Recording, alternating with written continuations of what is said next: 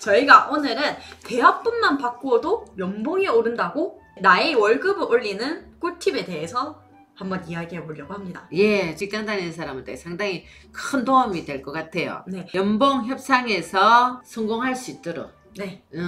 그리고 내 월급을 올릴 수 있도록 내 몸값을 올리는 방법들에 대해서 한번 이야기를 해보려고 하는데요. 이제 저희가 세 가지의 어떤 상황을 들고 왔어요. 예시를 들어서. 네, 상사와 껄끄러운 관계일 때, 두 번째는 내가 승진 대상자일 때, 세 번째는 연봉 협상을 앞두고 있을 때라고 되어 있는데요. 이 세 가지 상황이 거의 직장 생활의 가장 키포인트가 되지 않을까 싶어요. 키포인트죠. 상사와 껄끄러운 관계일 때의 상황을 예시를 들어서 한번 이야기를 해볼 텐데요. 아마 직장 생활이든 아니면 학교에서든 어떤 상황에서도 나의 윗사람과 껄끄러운 관계가 되는 그런 게 아마 다 겪어보셨을 거라고 생각합니다. 자, 그럼 한번 이야기를 해볼게요. 모 기업에 입사한 지 6개월이 지난 A씨가 있습니다. 근데 이 A씨는 매일 출근할 때마다 마음이 너무너무 무거운데요. 그 이유가 바로 사소한 오해로 같은 팀의 B 대리와 관계가 어색해졌기 때문입니다.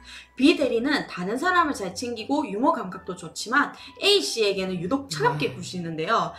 특히 지시한 업무를 제대로 해내지 못하는 경우가 자주 있다 보니 둘 사이는 점점 더 나빠지고 있다고 합니다. 큰일이네요. 또 문제인 게 뭐냐면 직장에서 가장 난감한 것이 바로 이런 같은 부서나 팀 선배와 미묘한 갈등이 지속될 때마다 차라리 상대가 다른 팀장이라면 팀의 다른 직원들에게 뭔가 위로를 받거나 격려를 받을 수도 있겠지만 바로 윗상사다 보니까 그럴 수도 없는 상황에 놓여 있는 거죠. 자, 그러면 이런 상황에서 A씨가 지금 너무 상사와의 어떤 관계 때문에 힘들어하고 있는데 중요한 말하면 이런 상황이 또 어떻게 하실 것 같으신가요? 불러가지고 차 한잔 하자는지 술 한잔 하자 해가지고 나한테 무슨 불만이 있는지, 내가 뭘 잘못하는지, 그리고 뭐 어떻게 하면 내가 좀 더 당신하고 친해질 수 있는가, 이 얘기를 좀 허심탄회하게 한번 들어보면은 실제로 막상 그걸 가슴을 열고 털어놓으면 별거 아닌 것 같고 사람들이 그러는 거거든요. 사소한 조그마한 오해가 생기다 보니까 그게 이제 뭔가 쌓여 있겠지. 그래도 조금만 잘못하면은 크게 얘기를 하고 그런 경우인 것 같아요. 사실 옆에 직원이 마음에 안 들면 직장생활 못 하잖아요. 불화가 생기는데 회사 갖고 싶겠어요. 여기도 보세요. 내가 위에 있는 상사하고 끄끄러우는 거니까 직장 가는 게 지옥 아니겠습니까? 근데 관계가 호전될 수 있도록 나를 먼저 그 사람한테 적응하는 걸 어쩔 수 없잖아. 내가 적응 안 하면 내가 튕기는데. 맞습니다.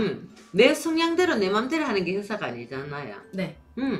적절하게 서로가 맞춰가면서 하는 게 직장생활이고 단체 공동체 생활인데 내가 낸데 해가지고 될 일은 아니잖아요. 그럼 분명히 상사가 주는 거 없이 미운 사람이지 않은 이상은 원인이 있을 거예요. 그러니까 본인이 아까 얘기했잖아요. 제대로 일을 못했다고 한두 번 머쓱했는데 자꾸 그거 하면 상사가 짜증이 나죠. 왜냐하면 직원이 해가 와가 본인도 위에 사람한테 또 뭐 보고를 한다든지 뭐가 있을 건데 밑에 직원이 못하면 나는 위에 올라가가지고 상사한테 또 깨지는 거지. 연락이 그렇게 이뻐 보이겠나. 근데 한 번 업무를 제대로 못 해가지고 한다면 자기가 하기 이전에 뭐가 빠졌는지 한번 체크를 꼼꼼하게 하고 또 이 대리님한테 제가 이번에는 이렇게 했는데 조금 더 제가 이런 부분에 대해서 모르니까 조금 더 알려주시면 좋겠다고. 그럼 한번 가르쳐 주면은 제대로 하면 되는데 한 번 한 번에 안 하거든요. 근데 이런 경우는 또 어떻게 해야 되나요? 이제 부하 직원들이 업무를 잘 이렇게 능숙하지 못해서 문제가 생기잖아요. 그때 직장 상사한테 물어보면 또 물어본다고 뭐라 하고 이것도 안 배워왔냐고 물어보고 그거는 다 그거다. 특별한 케이스인데 우리 직장생활 안 했습니까? 위에 선배님들 보면은 다 가르쳐 주시지. 왜 잘 안 가르쳐 주거든. 엽는질 해가지고 자꾸 배우면 되지. 결국에는 내가 내 자신이 잘 할 수 있도록 내 업무 능력을 키워야 된다. 이거는 그 수밖에 없다 라고 얘기를 하시는 거네요. 일 잘하는데 뭐 어쩌겠어요. 우선은 회사라는 거는 일을 잘해야 성과를 내야 되는 장소인데. 네, 맞습니다. 그러면 저희가 두 번째 상황을 예시를 한번 들어보도록 하겠습니다.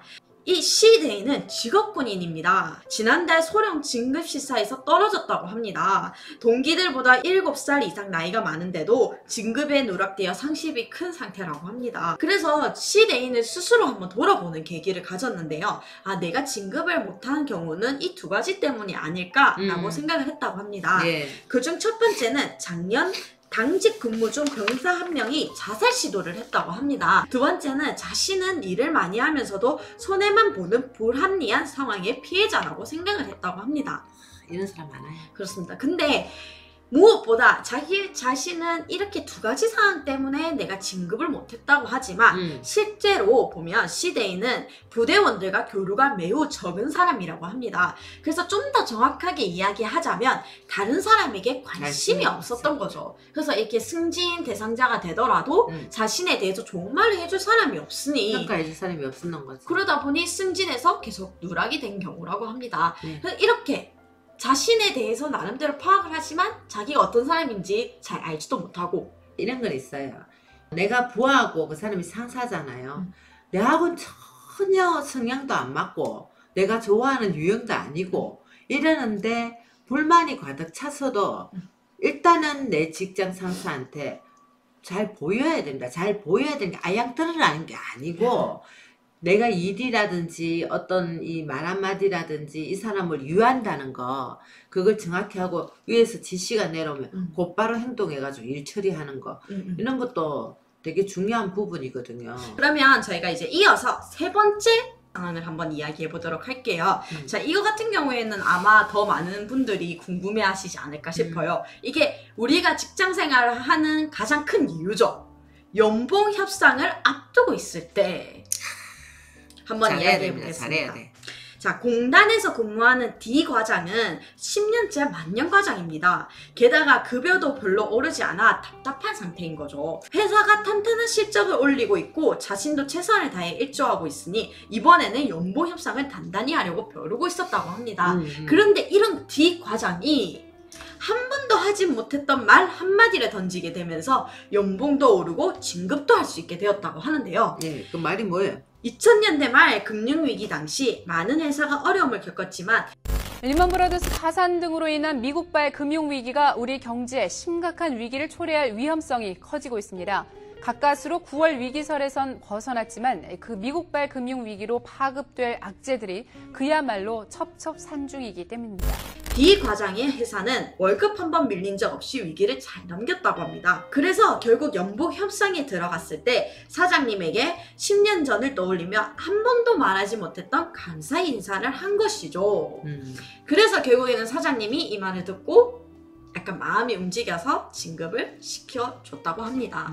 이처럼 연봉 협상이라든지 승진이라든지 그걸 결정하는 사람의 입장에서는 5대5인 마음이잖아요. 네. 그때 딱 직면했을 때 이 사람이 나에게 어떤 말을 하느냐, 어떤 대화를 이끌어 가느냐에 따라서 진급이 되는지, 그 다음에 안 될지 이런 게 다 정해지는 거잖아요. 네, 연봉 협상하면서 잘해야 됩니다. 뭐 불만만 털어놓는다면은 어느 사장이 좋아하겠습니까? 자기도 일해가지고 받아가는 연봉이지만 월급이지만 그래도 줄 때마다 감사합니다. 뭐 늘 감사한 마음으로 회사가 있기 때문에 내가 또 직장생활을 하는 거잖아요. 또 직원 입장에서 보면 내가 없으면 지금 회사 어떻게 오니? 그런 관계를 따지고 해버리면은 진짜 어려운 관계가 되거든요. 근데 사람들이 그러더라고요. 영업 파트에 이런 거 잘할 수 있는 마케팅 잘하는 이런 거를 세미나 가면 네가 사장이 되라 하거든요. 책에도 나오거든요. 네가 그 회사의 주인이 되라 하더라고요. 주인의 의식으로 일을 하다 보니까 성진은 당연하게 올라가는 거고 하더라고요. 네, 그렇습니다. 그래서 저희가 오늘은 이 3가지 상황을 예로 들면서 상사랑 관계가 거꾸로 올 때, 2번째는 승진 대상자일 때, 3번째는 내가 연봉 협상을 앞두고 있을 때 이러한 직장 생활에서 얼마든지 일어날 수 있는 3가지 상황을 예를 들어서 내 월급 올릴 수 있는 대화법에 대해서 한번 이야기를 해보았고요. 저희가 이제 준비한 이야기는 여기까지고요. 모두들 수고 많으셨고 행복한 부자 됩시다.